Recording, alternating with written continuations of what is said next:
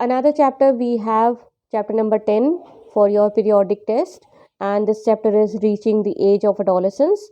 फटाफट से इसका recap देख लेते हैं. तो first we have the term of adolescence, that is it is the transition age between childhood to adulthood. ठीक है, बच्चे ट्रांसफॉर्म हो रहे हैं चाइल्डहुड से अडल्टहुड में. तो ये यहाँ पे जो ट्रांसफॉर्मेशन है उसमें बेसिक जो कैरेक्टर अपेयर हो रहा है that is onset of puberty. Means बच्चों में जो अडोलेसेंस है उनमें सेक्सुअल मेचोरिटी अटेन होना, यानी कि सेक्सुअल ऑर्गन्स गैमेट सेल्स को प्रोड्यूस करने के केपेबल हो जाते हैं. This is the major change. अब इन चेंजेस को हम यहाँ पे डिवाइड कर रहे हैं. जो सेक्सुअल चेंजेस हैं उन्हें हम अगर बांटें तो प्राइमरी और सेकेंडरी सेक्सुअल कैरेक्टरिस्टिक्स में बांट सकते हैं.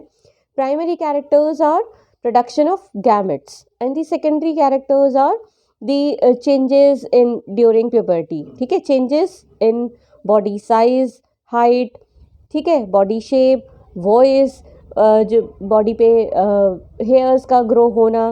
फाइन. अब इन चेंजेस को हम यहाँ पे जो इम्पोर्टेंट चेंजेस हैं they are possible just because of the male hormone and female hormone. Male hormone is testosterone and female hormone is oestrogen. ठीक है, अब इन दोनों हार्मोन्स को कंट्रोल कौन कर रहा है? That is pituitary gland. Pituitary gland is known as master gland because it controls all the other endocrine glands. Fine. For example, thyroid gland. It is situated inside our neck और इसका important काम है, it releases the hormone thyroxine. and thyroxine हमारे जो internal metabolism है, ठीक है, उस balance को create करने का काम करती है. and specifically इसको ये यहाँ पे जो फ्रॉग हैं या इंसेक्ट्स हैं उनके में मेटामॉर्फोसिस के लिए ये बहुत इंपॉर्टेंट हार्मोन है. थायरॉक्सिन कब काम करेगा? जब इसको आयोडीन का प्रेजेंस मिलेगा. ठीक है, तो डेफिशिएंसी ऑफ आयोडीन उसकी वजह से थायरॉक्सिन भी अपना काम पूरा नहीं कर पाता and it leads to one disease that is goitre. ठीक है, another one is adrenal gland. ये हमें इमरजेंसीज में बहुत ज़्यादा हमारे लिए हेल्पफुल होती है, बॉडी को एनर्जी कंज्यूम कराने के केपेबल बनाती है. Next is pituitary gland and it releases growth hormone जिस पे हमारा हाइट डिपेंड करता है. पेनक्रियाज. पेनक्रियाज को हम मिक्स ग्लैंड की तरह से कंसीडर करते हैं because it is endocrine as well as exocrine.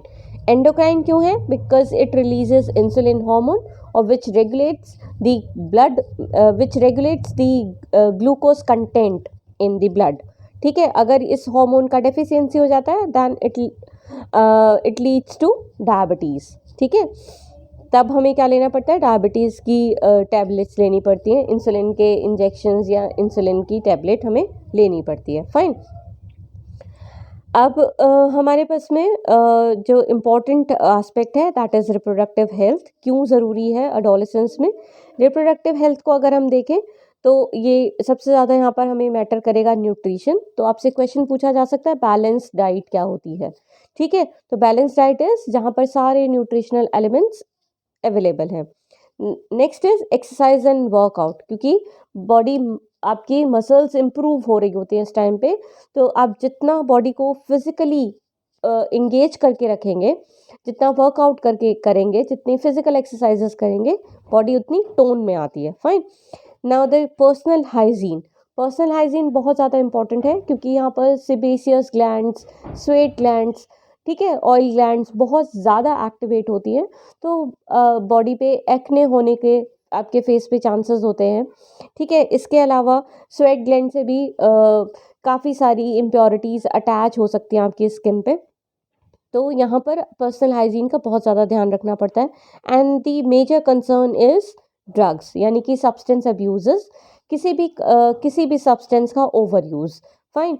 तो ये सब आपकी हेल्थ पर एक नेगेटिव इम्पैक्ट डाल सकती हैं, तो इसको हमें अवॉइड करना पड़ता है. ठीक है, अब हम अगर आपसे क्वेश्चन पूछा जा सकता है कि मेल एंड फीमेल में से रिप्रोडक्टिव फेज किसका लॉन्गर है, तो दैट इज़ मेल. ठीक है, तो ये 12 ईयर्स टू अप टू, यानी कि प्यूबर्टी ऑनसेट होने के बाद में ये इनका जो सेक्सुअल लाइफ है वो काफ़ी लंबी होती है.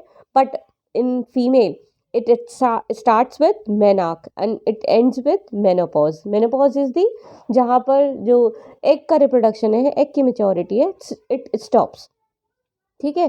तो अब आप क्वेश्चंस की बात करते हैं। क्वेश्चंस आपको यहाँ पर मिल सकते हैं, प्राइमरी और सेकेंडरी कैरेक्टरिस्टिक्स को डिस्क्राइब करने के लिए आ सकता है आपके पास में। ठीक है। जो डिफरेंट एंडोक्राइन ग्लैंड्स हैं उनके रिलीजिंग हार्मोन्स आपसे पूछे जा सकते हैं। तो अगर स्पेसिफिकली आपको 1 मार्कर या हाफ मार्कर क्वेश्चंस मिल रहे हैं और आपसे केवल नेम ऑफ हार्मोन पूछा जा रहा है, तो केवल नेम ऑफ हार्मोन लिखिए। ठीक है। उसको एक्सप्लेन करने का रिक्वायरमेंट नहीं है। जहाँ पर मार्क जो क्वेश्चन का वेटेज ज़्यादा है, जहाँ पर आपसे एक्सप्लेनेशन पूछा है, डिस्क्राइब पूछा है, if these words are use in your question then you have to explain, then you have to describe your answer. ठीक है। जहाँ पर आपसे डायग्राम पूछा गया है वहाँ पर आपको डायग्राम पूरा लेबल्ड बनाना है and use pencil not pen. ठीक है। Pen is not for your diagram, pen is for your writing work. ठीक है। तो लेबल भी आप पेंसिल से करेंगे और डायग्राम भी पेंसिल से ही ड्रॉ करेंगे। ठीक है। आपसे छोटी सी डेफिनेशन पूछी जा सकती है, what is do you mean by puberty. ठीक है। What are the changes are puberty. एक जो आपसे पूछा जा सकता है एडम्स एप्पल के बारे में, and it is your related to the voice box, जो वॉइस में बहुत ज़्यादा क्लियरली होता है। ठीक है। आपसे ये दोनों हार्मोन्स पूछे जा सकते हैं, oestrogen and testosterone, and they are controlled by pituitary. तो आपसे पूछा जा सकता है कि which is the master gland. ठीक है। ये तो आप उसमें केवल नेम लिखेंगे, दैट इज पिट्यूटरी ग्लैंड। ठीक है। ये आपके पास में एक आपसे हाइट का कैलकुलेशन निकलवाया जा सकता है। That table is given in your book. वहाँ पर एक फॉर्मूला गिवन है जिसको आप उस फॉर्मूला को याद करेंगे तो आपको वैल्यू दी होंगी। ठीक है। उनमें से पुट करके आपसे एज, जो एवरेज एज है या एक्सपेक्टेड एज है, वो कैलकुलेट कराई जा सकती है। ठीक है। कुछ क्वेश्चंस हैं यहाँ पे कि name the gland which secretes the female hormone. So it is female hormone is estrogen and it is secreted by ovary. तो यहाँ पर अब ग्लैंड क्या आएगी, ओवरी। ठीक है। इसी तरीके से अगर मेल हार्मोन पूछा गया है कि वो कौन सीक्रेट कर रहा है, दैट इज टेस्टीज। ठीक है। तो टेस्टीज का भी 2 काम है और ओवरीज के भी 2 काम है। टेस्टीज स्पर्म्स भी सीक्रेट कर रहे हैं और साइड बाय साइड टेस्टोस्टेरोन का सीक्रेशन भी कर रहे हैं।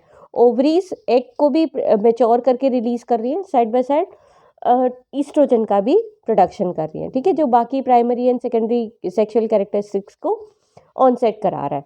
ठीक है। और उसके अलावा आपसे पूछा जा सकता है एडोलेसेंस के चेंजेस के बारे में। ठीक है। जो एडोलेसेंस का टाइम पीरियड है, इस पर भी आपको fill in the blank question मिल सकता है। एक आपसे यहाँ पे पूछा जा सकता है very important question, sex determination का। ठीक है। सेक्स डिटर्मिनेशन के लिए मेल आर रिस्पॉन्सिबल, तो आपको वैल्यू बेस्ड क्वेश्चन भी मिल सकता है कि जो फीमेल्स को रिस्पॉन्सिबल माना जाता है, तो इट इज़ मतलब जो स्टीरियोटाइप है ये ट्रू है या फॉल्स है। ठीक है। इसकी साइंटिफिक जो वेटेज है वो क्या है कि मेल रिस्पॉन्सिबल है या फीमेल रिस्पॉन्सिबल है। ठीक है। अब आपसे अगर सेक्स डिटर्मिनेशन पूछा जा रहा है तो you have to draw this. ठीक है। आप यहाँ पे ये फीमेल गैमेट है, दिस इज मेल गैमेट। अब आप यहाँ पे इसको पूरा कंप्लीट करके कि ये फीमेल गैमेट है, इसके दोनों जो सेक्स क्रोमोसोम है उनको आप सेपरेट करेंगे। इसी तरीके से मेल के उनको सेपरेट करेंगे आप क्रोमोसोम्स को, देन फ्यूजन अगेन। ठीक है। तो ये आपसे पूछा जा सकता है। तो अगर जो जायगोट है it contains X and Y chromosome, then the child would be male, and it contains XX chromosome, then the child would be a girl child. ठीक है। ये आपको एक क्वेश्चन पूछा जा सकता है, मेनाक और मेनोपोज पे आपको क्वेश्चन मिल सकता है। फाइन। और इसी तरीके से आपको कुछ मल्टीपल चॉइस क्वेश्चंस भी पूछे जा सकते हैं जो ऑलरेडी हम वर्कशीट में डिस्कस कर चुके हैं। जेंडर के लिए मेल रिस्पॉन्सिबल है या फीमेल रिस्पॉन्सिबल है। ठीक है। Name of hormone and there secretion, जो उनके जो इम्बैलेंस से जो क्रिएट हो रही हैं डिजीजेस, वो भी पूछी जा सकती है।